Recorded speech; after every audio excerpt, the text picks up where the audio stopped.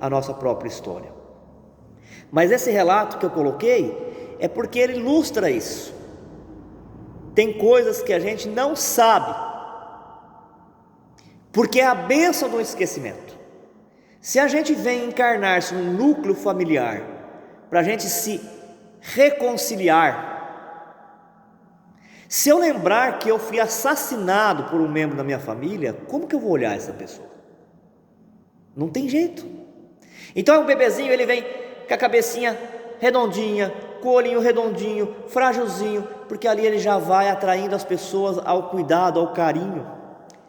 E embora aquele espírito seja carregado de conhecimento, de valores e também de temperamento, que a gente fala gênio forte, né? É um gênio forte. Enquanto ele é bebezinho, os órgãos não estão amadurecidos, não deixa ele se expressar, não deixa ele colocar para fora naquela fase o que ele realmente é. Você não vê que as pessoas falam assim, mas eu não sei como que essa pessoa ficou assim, ela era tão diferente, né? Estava adormecido, as suas faculdades estavam adormecidas na infância. É o estado de torpor que acontece quando nós encarnamos e também quando nós desencarnamos. Quando nós vamos encarnar, o nosso perispírito, vamos imaginar que eu desencarne assim, já grande. Então o meu perispírito vai ter essa forma durante algum tempo. Aí eu vou encarnar. Se a espiritualidade vai fazendo um trabalho magnético de reduzir a minha forma perispiritual, até ela se transformar no formato ovoide e depois ligar a um novo embriãozinho. Nesse estado, a gente não perde nada. As conquistas que nós tivemos em outra encarnação, a inteligência, a capacidade de fazer, de realizar aquilo que nós já conseguimos, nós não perdemos, mas ele fica adormecido. E aí na infância, que está ficando cada vez mais curto conforme a humanidade vai evoluindo, então os órgãos vão amadurecendo e permitindo, num certo ponto, que o espírito se apresente como ele é. O André Luiz, mais uma vez, né, porque ele trouxe bastante exemplificações, ele diz que até 7 anos a encarnação não está consolidada, são ciclos de 7. Por isso que tem muita criança que vê os espíritos. E aí um médium precipitado pode falar, essa criança é médium, porque ela vê espírito. Mas pode ser que no fechar dos 7 anos, quando o cérebro amadurece algumas partes, aquela criança nunca viu, nunca mais vê. E pode ser que ela permaneça, vendo, ou ouvindo, ou sentindo, porque aí realmente são os compromissos com a mediunidade. Então toda criança até os 7 anos, ele está com uma parte muito grande do corpo perispiritual ainda fora. Por isso que ele vê os dois mundos, brinca com crianças, né? Brinca com criança. Minha mãe falava que eu brincava, falava que eu tinha fazenda, sítio. Não sei cuidar nem do bicho de pé, mas vai ver que era coisa de outra encarnação, né? Que tinha porco, que tinha galinha, que tinha não sei o que, não sei o que lá. E tem muitos que vêm relatar para a gente no sistema espírita dos famosos amigos imaginários, que às vezes é uma projeção da consciência da criança, mas muitas vezes são espíritos mesmo, que brincam com as crianças. E elas vê porque ainda elas não estão totalmente encarnadas, depois que elas vão se encarnando. É muito importante essa fase, porque a criança, ela já vem com o temperamento dela, ela já vem com o seu temperamento. Você vê que um pai e uma mãe, às vezes ele cria 10 filhos, e não são os 10 filhos iguais, porque ele já vem com o temperamento. Mas nessa fase da primeira infância, o entorno, que é a família, a religião, as escolas, o entorno, ele pode ajudar na formação do caráter. O cérebro é novo, as células do novo cérebro é novo, embora a mente do espírito seja antiga. Então pode ser colocado ali bastante coisa, deve ser colocado bastante coisa boa, né?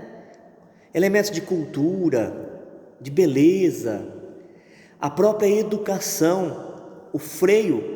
Por isso que Jesus fala, num certo ponto, é registrado no Evangelho, que nós deveremos ser sim, sim, não, não. Sim, sim, não, não.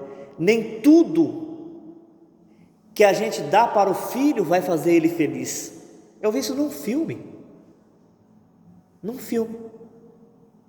Uma série que eu estou acompanhando, a série, a mãe é uma detetive. Aí a menina pega uma boneca e risca toda a boneca, arranca o olho dela, tudo.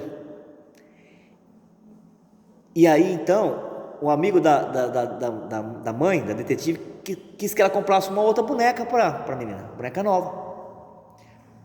Aí ela falou: não vou fazer isso, eu vou conversar com ela. Ela tem que saber que ela não pode ter tudo. Ela está fazendo isso porque a amiga ganhou uma boneca, falou até o nome da boneca, uma boneca nova. E como ela quer que eu compre uma boneca nova, ela está mutilando a boneca.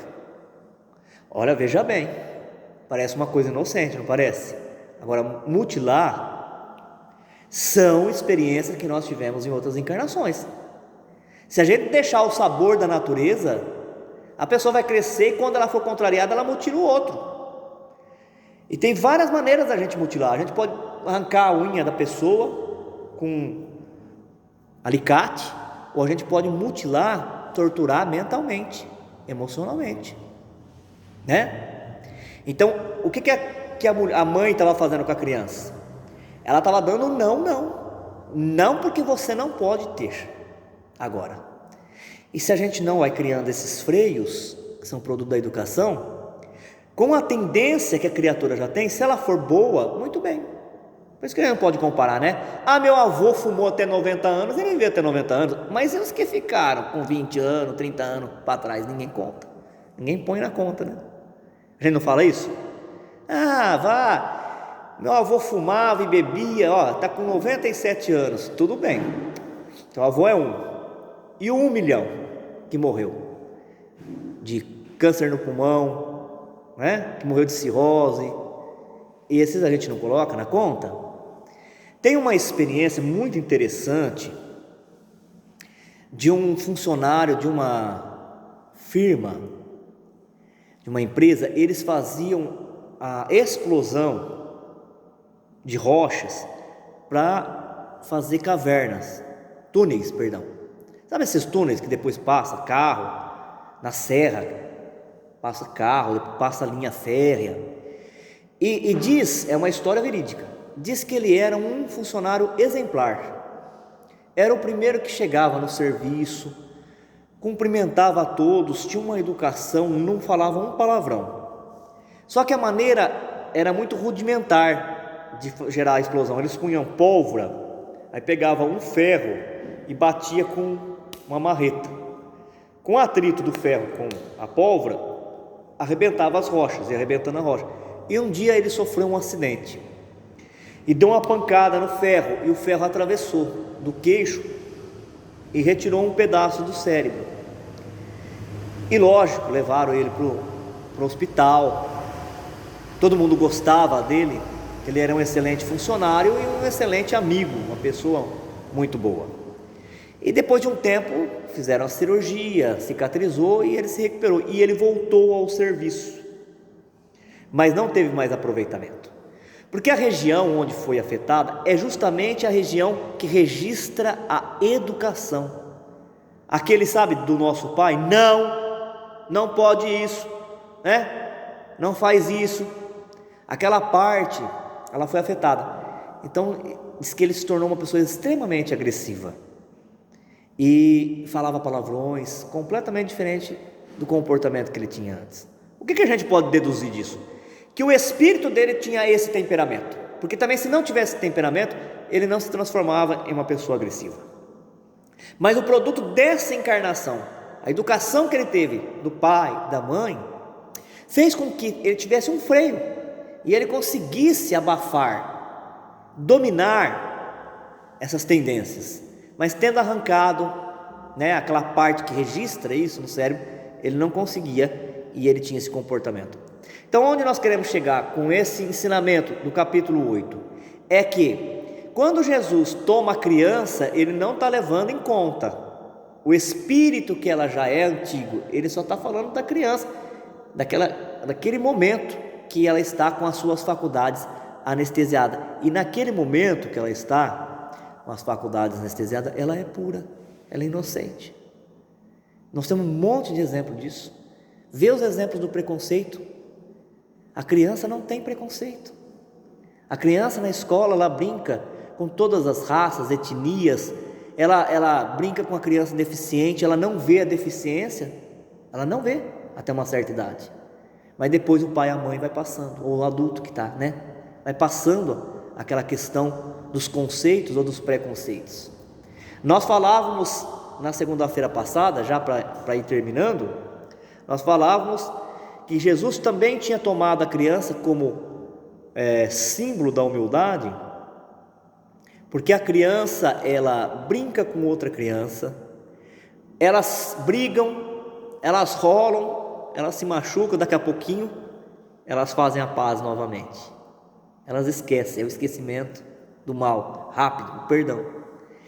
E também porque a criança ela tem uma relação com o pai, assim como nós devíamos ter com Deus, colocando o pai como um herói, porque ela, quando o pai toma a criança pela mão, ela não pergunta para o pai para onde que ele vai levar, ela permite que o pai leve, e ela fica olhando o pai como se fosse um herói, né?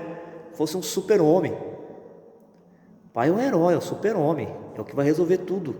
Confia, acredita, permite que o pai conduza. E assim também deveremos ser nós em relação a Deus. Essa relação com Deus, né? Então aqui, quando se fala coração puro, seria as mãos puras, quer dizer, as ações, as nossas ações que não prejudiquem ninguém, ações que só venham ajudar as pessoas, e o coração, o sentimento também, é o sentimento de querer ajudar, porque nós vamos ser julgados não por Deus, nós seremos julgados sempre pela nossa consciência, na intenção. Eu lembro uma vez que eu estava lendo uma parte do Livro dos Espíritos, e perguntam aos espíritos superiores se uma pessoa, no exercício da sua profissão, a pessoa, ela, por exemplo, é um bombeiro, ela é um policial, se para poder salvar alguém, ela acaba, né, se ferindo e morrendo, se ela vai ter algum problema, algum desdobramento no mundo espiritual. Aí os espíritos falam: depende, sempre depende da intenção. Tem pessoas que no exercício da profissão agem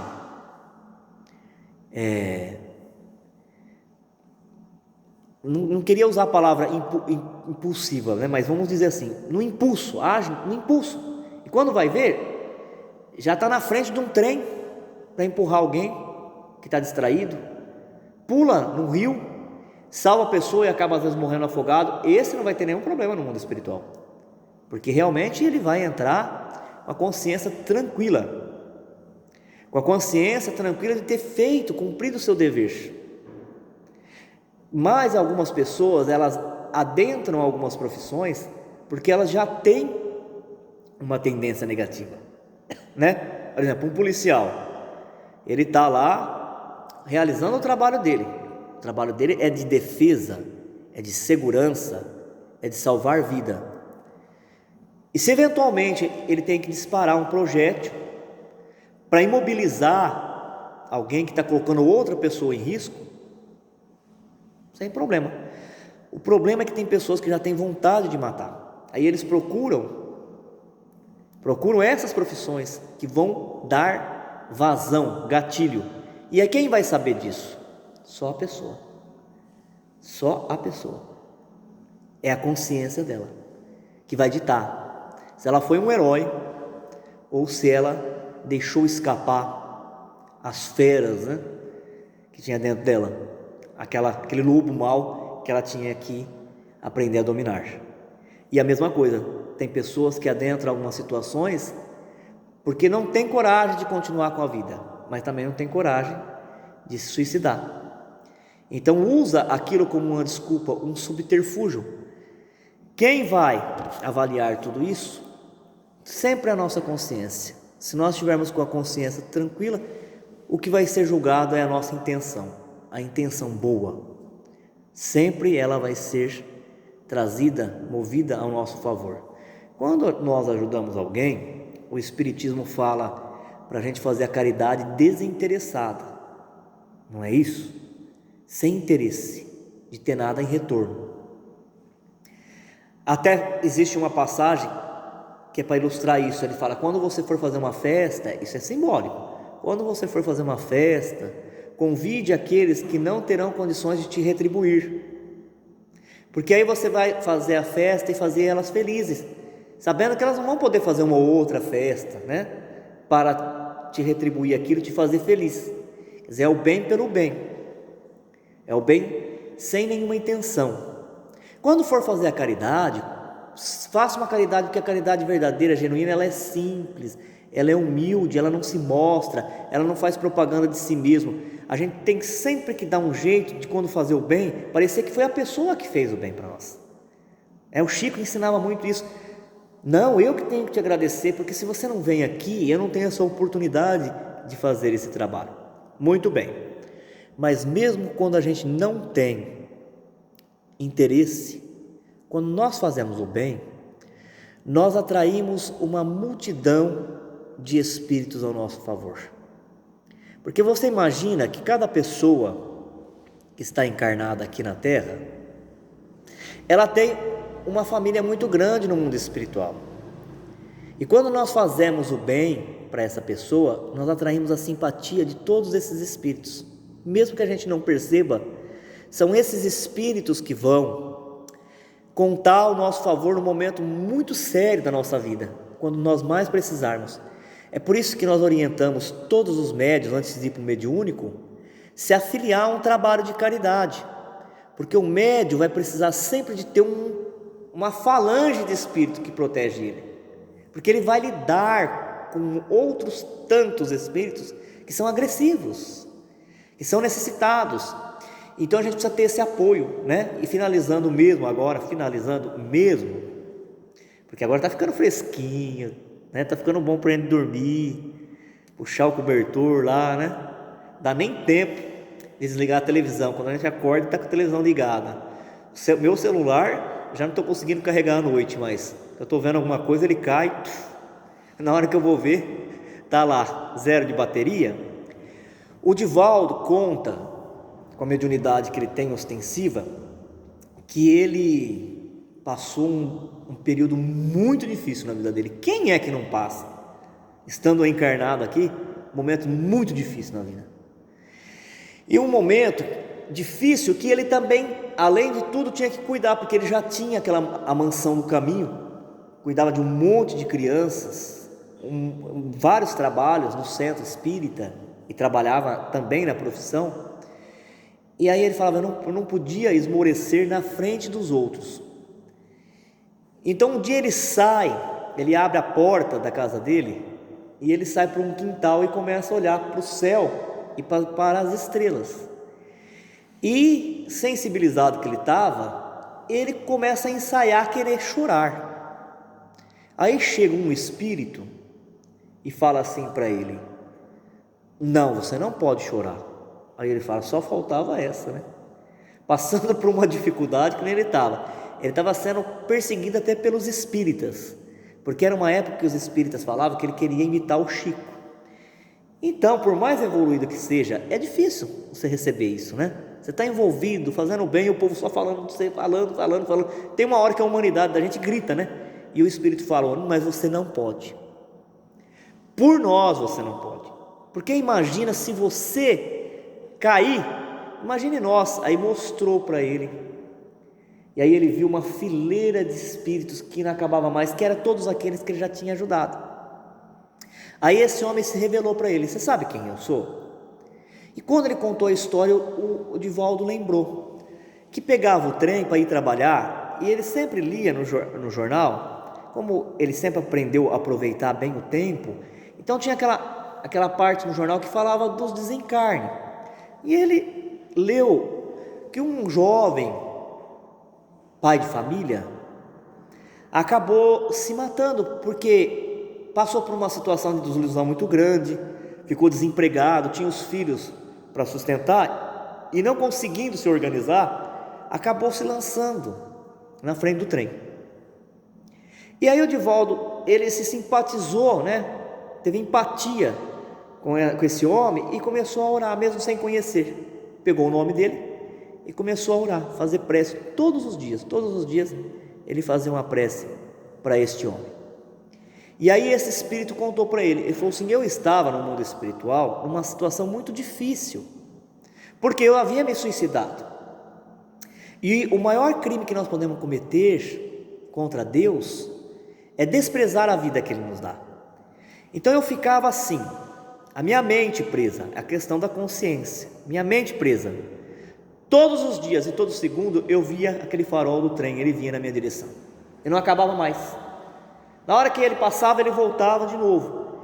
E aí eu comecei a ouvir uma voz muito longe, uma voz muito longe. Essa voz, ela foi se aproximando, ficando mais alto, até que um dia eu ouvi, era a sua voz. Você fazia a prece, orava por mim. E quando eu consegui ouvir a tua prece, eu pedi perdão a Deus, e aí que eu fui retirado deste ambiente e fui resgatado. Então veja bem, quantas formas que a gente tem para fazer o bem, para que o bem que a gente faça possa ser aquilo que vai nos trazer essa mão limpa que ele fala e o coração puro. De uma vez só nós não vamos ser santos, mas nós podemos melhorar, porque não tem ninguém que seja tão pobre, diz o poeta, que não tenha algo para dar, e ninguém é tão rico que não tenha algo para receber.